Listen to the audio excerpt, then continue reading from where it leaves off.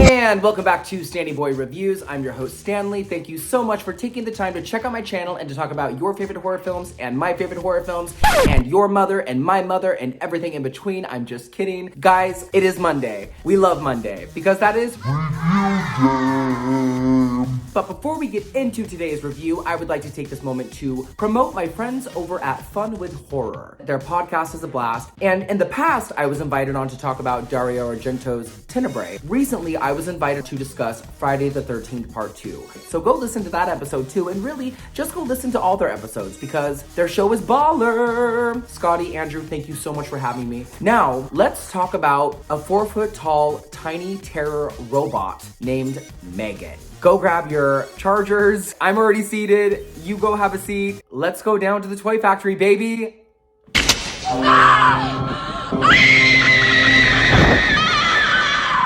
Now, I gotta say, I'm not really a huge fan of the killer doll subgenre, or whatever you want to call it. I like a few of the Child's Play movies. I like Chucky the TV series. I don't love the Annabelle films, aside from Creation. I think that movie's actually pretty good. I have just never liked the killer doll thing. I don't know. Call me crazy. So when I heard about M3GAN, I didn't get as wet as the next person. But then the trailer dropped and things kind of changed because, the trailer was actually pretty good. Some of the horror boys had plans to go see it when it came out. There they go now. Never fails.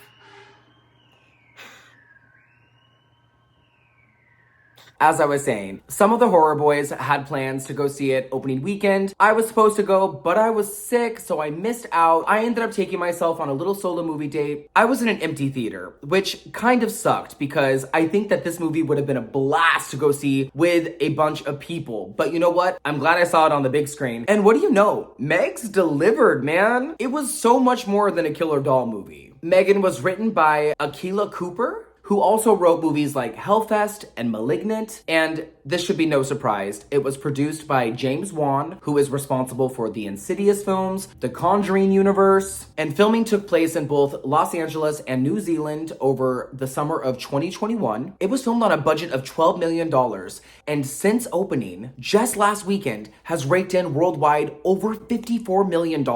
So this movie is doing really, really well, and on Rotten Tomatoes has a 95%. And on Letterboxd has a 3.4 out of 5. I think am I doing this Letterboxd thing right? And on Stanny's Stab-O-Meter, I'm prepared to give her, I'm just kidding, we're not there yet. Let's get into it though, because it's not every day we just go to the movies and review a theatrical release. So let's talk about M3GAN. M3GAN is about a little girl named Katie, played by tiny little Scream Queen baby Violet McGraw, who you might recognize from Mike Flanagan's Netflix series, The Haunting of Hill House, which I think is phenomenal. She has recently lost her parents in a terrible car accident up in the Oregon mountains, and now has to live with her Aunt Gemma, played by Allison Williams, who I have grown accustomed to hate in every movie that she's in because she is always a terrible person. But lo and behold, she's actually a good guy here. I'm not equipped to handle this. I don't even take care of my own plants. Gemma is a toy maker. She makes all these high-tech, really cool toys, and she's been working on this prototype called M3GAN, 4-foot-tall, lifelike doll that basically will pair with whichever child buys it. You guys remember those My Buddy dolls? My buddy and me. Or the Kid Sister dolls? Kid sister and me. I never had one, I was too poor. But it's kind of like that, except super amped up. M3GAN talks to you, M3GAN understands you, M3GAN can see you, M3GAN sings, M3GAN dances, M3GAN twerks. M3GAN is dope as And since Gemma doesn't really have time or the ability to bond with Katie, it only makes sense for her to sync M3GAN up with her. She'll recognize you as her primary user. And when you do that, you're gonna pair with her. It's nice to meet you, Katie. Do you want to hang out? Okay. Which is what she does. And this causes Katie and M3GAN to bond in a really unhealthy way, to where M3GAN is tucking Katie in at night, reading her bedtime stories, protecting her from bullies, basically killing anybody that stands in her way or poses a threat. Because, this is a killer doll movie, and that's what happens in killer doll movies. It's insane! insane, right? You guys, M3GAN was fun. M3GAN was enjoyable. It was campy. I had a really good time with it. I will say though, the first half was a little slow, but the second half made up for it because it just kicked into high gear. It went from 0 to 100 at the hour mark. But I still wish that it would have went a little bit faster in the first act. Movies like this don't need character development. I'm sorry to say. But by the 60-minute mark, M3GAN was not around. I really loved the relationship between M3GAN and Katie because really that's what the movie was about. And I can see why the studios are moving lightning fast to get a sequel in the works for this because it just worked. Once M3GAN started to adapt and once she started to get mean, things got really amusing.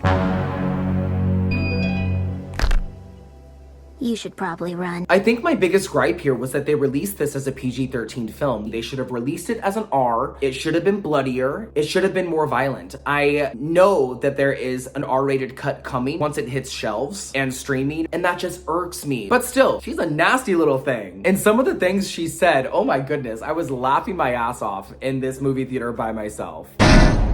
Oh, really? I can only imagine what it would have been like with all of my friends, and I'm so sad that I missed out on it. And I really loved the ending too. It got super bad.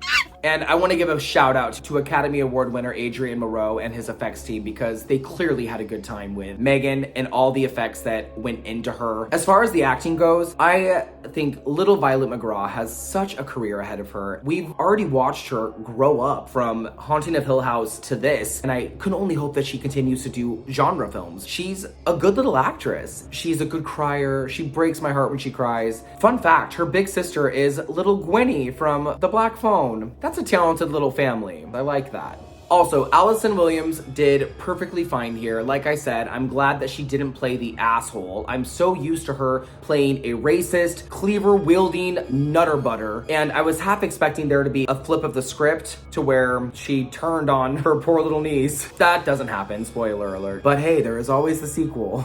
God help us. I really hope they don't franchise the shit out of this. I hope they know when to stop. But yeah, M3GAN was clever. I loved the commentary on where we're at with our stupid phones and all this technology, but I also liked that they didn't completely rub it in our face and that they focused really on Katie and M3GAN and Gemma. M3GAN, what are you doing? Couldn't sleep.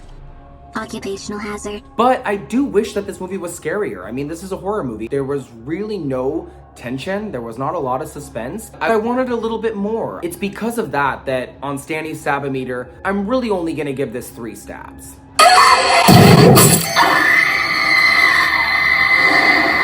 And all of those stabs are for M3GAN herself. I don't want to sound like a jerk, but I wanted more scares. I enjoyed everything that M3GAN herself, whatever it is, I'm M3GAN.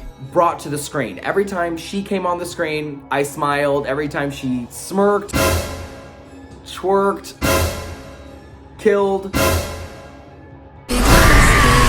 I dug it. So I was there for M3GAN, and I guess I look forward to whatever the sequel brings us. It was a good way to kill an afternoon in the theater by myself. So what do you think, guys? What did you think of M3GAN? Did you watch it? Do you plan on watching it? Let me know what you think in the comments. And do not forget, I am on social media. I am on Instagram, I am on Twitter, and I am on TikTok. And guys, do not forget to subscribe. I will be back next week. I am going to be reviewing Kevin Williamson's new horror thriller, Sick, and I cannot wait because I have heard glowing things about it. We all love Kevin Williamson. Look out for that. I will see you soon. Thank you so much for watching this review. Don't forget to subscribe. Check out this shirt. I love this shirt. Got this out of the closet. Bye!